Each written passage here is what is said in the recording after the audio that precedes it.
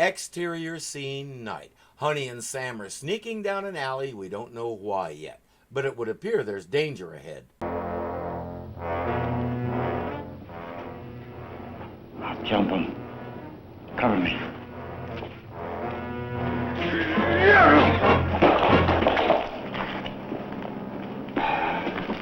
Sam, you spilled the gentleman's drink. The danger is that stuff will stain your shirt, but there's a message on a nearby garbage can lid. PTR 858. Dark car around corner. Oh, they're on a scavenger hunt, I guess. Is the car the prize? I guess the next step is to find the keys. 124 and a half Skylar. Fire escape? Well, that's just silly. How do you expect him to get the car onto the fire escape?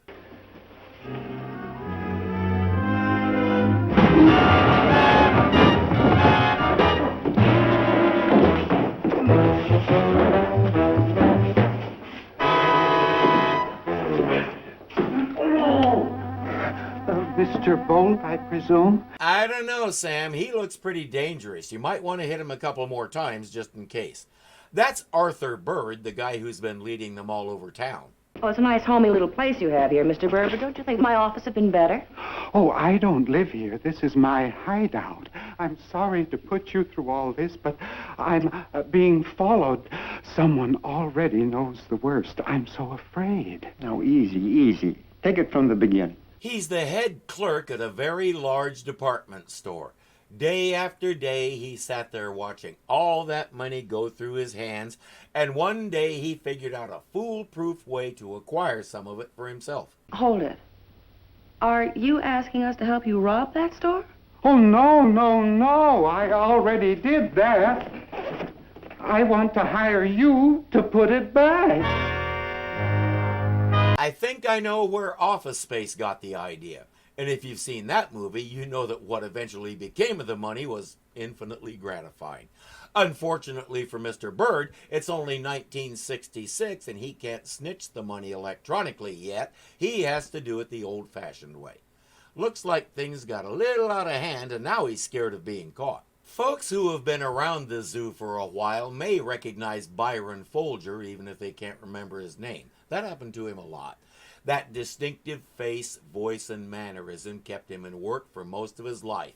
We first saw him in The Time Tunnel, episode 18, in which he tried to collaborate with some invading aliens who took over a frontier town in the 1880s. At least this time he didn't try to grow a mustache. Right now, it seems like he has much bigger problems than aliens, or mustaches. It started out as a game he played in his mind. In the game, I switched dummy bundles of currency for the real thing on Monday and Tuesday. And then I took all that lovely money and I went to live with a beautiful native girl on Bora Bora. That's the same place that Triple X wanted to go once he finished his mission for Samuel L. Jackson.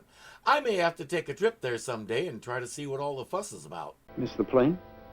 I heard that the native girls there speak French and I don't. Besides, it gets awfully hot there. I found out that I'm honest. There. Could happen to anybody. Dude, we all have our flaws. I have a bad habit of giving my last dollar to someone I don't even know just because he's holding a sign that says he needs it. Take heart. Scientists are working on cures for both of us. Why don't you put the money back yourself? I can't. The office is always full of people, and the safe's never open unless the manager's there, and I wouldn't know how to break in at night. Why, I'd be scared to death. That's a criminal offense. He admitted he wants them to commit a crime. That's your excuse to say no, honey. But she's hooked now. This is interesting enough that she won't let it go. They have just over a day to put the money back before his little game is discovered. May as well get started. Foster, that dress ad ran at $9.95, not $19.95. Don't you read your ad copy? You get that merchandise off the floor at once. I don't care what you tell them. Tell them you're sold out. Yes, ma'am. You are the manager of this store? Her maid bought some absolutely ghastly pajamas and she needs to exchange them because her butler refuses to wear them.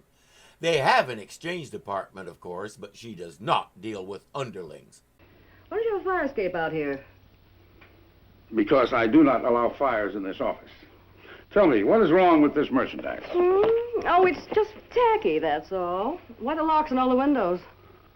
To keep me from jumping out on days like this. By the time she's done, she'll have cased the whole place, including the washroom. He gives her a note to take to the exchange department so she can get her money back. No, not that door. That's my closet. The closet. You have a very expensive overcoat. Take this lady down to adjustments. Please. Please. Aunt Meg started out as so much window dressing, basically someone to keep an eye on Bruce.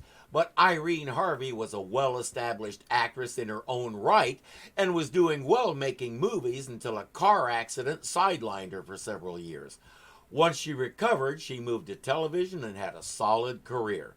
It'd be a shame to waste talent like that, so I'm glad we're starting to feature her more. She adds an element to the storylines that makes them even more interesting, because at heart, Aunt Meg isn't much more than a wannabe. She finds the whole detective life exciting and fun, and practically jumps for joy anytime she gets to be part of a mission. Such as now. Pushing big shots around is one of her specialties. Mr. Rockwell was really terribly sweet about the whole thing. That is, it didn't actually hit me. You say this door leads to his washroom? Right, and the one across the way hides the safe. But this one leads directly into the hall, and there's an electric eye beam set in the door facing. The phrase electric eye is pretty well automatic for me to understand, but some of you kids might be a little puzzled. Before lasers and motion sensors became common, you could put an electronic component called a photocell on a door frame, or anywhere really, shine a light beam on it and connect it to a circuit that sounded an alarm if the light beam was broken. Modern laser systems work on a similar principle. The difference is, with the old systems, you could usually see the light that was shining on the photocell, so you knew exactly where the beam was. That's why Honey doesn't consider this one to be a problem. They can just step over it. With today's laser systems, you can use infrared light for the beam so the human eye can't see it to avoid it. Today, we usually call them laser security systems rather than electric eyes, because as we know, more syllables makes everything better. Bruce, stop that! Oh, Bruce. Oh, look at that. It's ruined. Thanks, Bruce. Thanks. Bruce just gave me an idea. I think I know what it is, but did she buy that at Mr. Bird's store?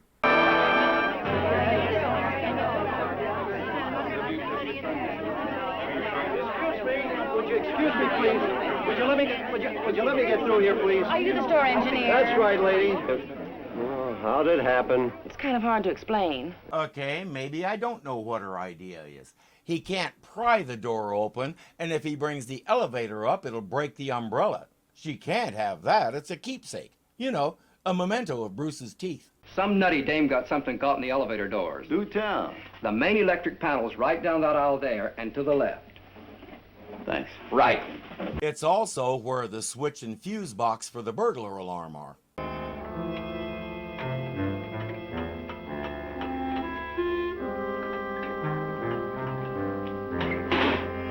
Please tell me I don't need to explain what those are. Lots of houses still have them.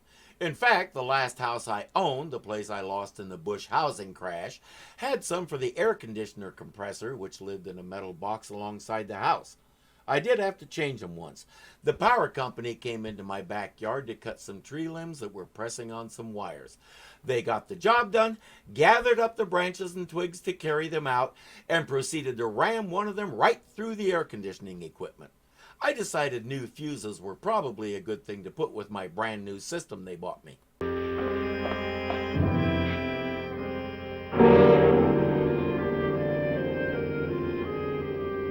Behold their way in.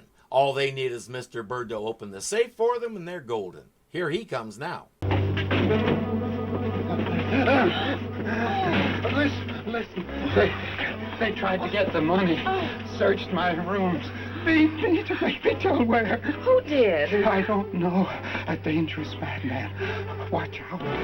Arthur. No, he's just unconscious. We do not kill off our guest star halfway through the episode. It's right here in the 60s television rule book. They take him back to the apartment and tend to him. They don't need him physically there for the operation, but they do need the combination to the safe. As he said, he's honest, and he made a solemn promise not to give it to anybody. He's also groggy enough that they can wheedle it out of him anyway. I just hope I gave them the right combination to the safe. I was so groggy, I'm afraid I got it all wrong. Aunt Meg gets a phone call for Mr. Bird. Hello?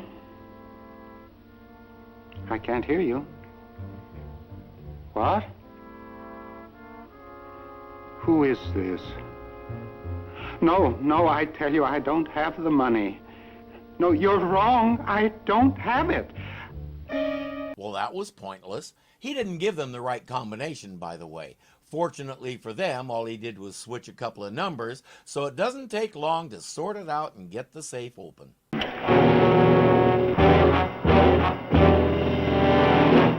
Thrown out at the plate. You'd never believe this, but... We're putting the money back in the safe. Of course you are. That thought finally struck me. Put the bag on the desk, please. He's known about Arthur's little game for a while, and he's been waiting for this. It'd be nice if they could get close enough to disarm these two. Now, don't do anything foolish or I'll have to shoot you, and I'd be in the clear. After all, this is my office. And obviously, you two are burglars.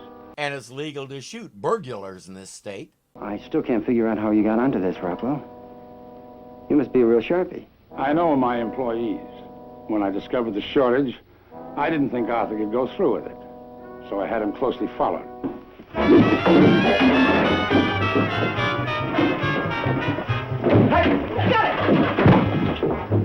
The well-dressed woman this year wears a wrap that is both stylish and functional.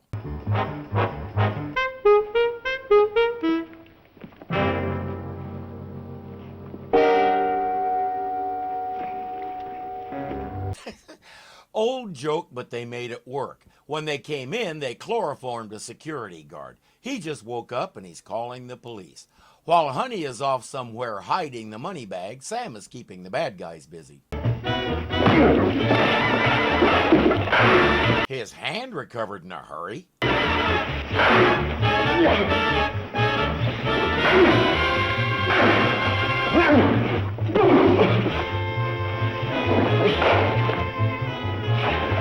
As you might expect, this is going to descend into a Robin Hood Little John quarterstaff fight with baseball bats.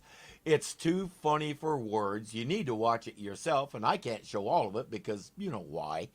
The four of them have a running battle through the sporting goods section because that's where you can find the best props to make it both exciting and ridiculous.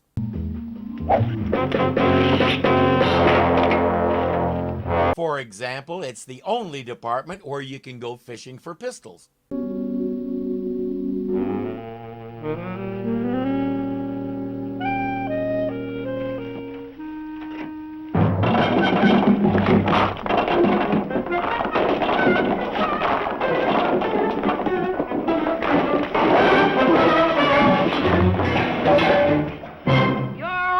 I guess baseball is now a tackle sport, and the way those dummies piled on makes me wonder if there was a fumble. Uh-oh, Sleeping Beauty woke up.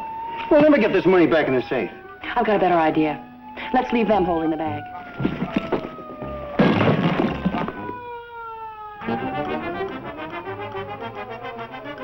We're out. Yeah, that little scenario is a bit more convincing without you in it. Arthur is recovering nicely. It's not hard to sort out that Rockwell was the muffled voice on the phone demanding the money and all the rest. C.G. Rockwell, manager of a large downtown department store, is under police guard in a hospital today, charged with faking a burglary from his own office safe. How unscrupulous. Indeed. I'll bet he was planning to take the money and go hang out in Bora Bora with some beautiful native girl. The very idea. Rockwell was injured while attempting to escape. All the money was recovered from a Gladstone bag in his possession. What a shame. It wasn't worse. Credit for foiling the robbery goes to the alert night watchman, Ben Curtis.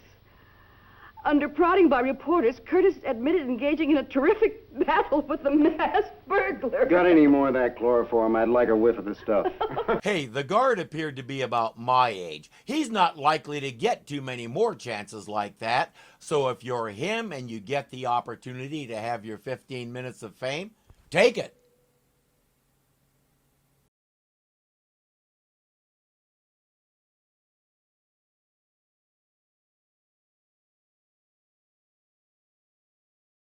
That distinctive face, voice, and manner, Evan. Slow down. I may have to take a trip there someday and try it. Slow down. Once he finished his mission, come on, I can say one. He wants them to commit a crime. That's your, He gives her a note. Don't bite yourself. Today, we usually call them laser security systems and systems. And if he brings the umbrella, okay, yeah, but boy, I'm doing great here all of a sudden. The fourth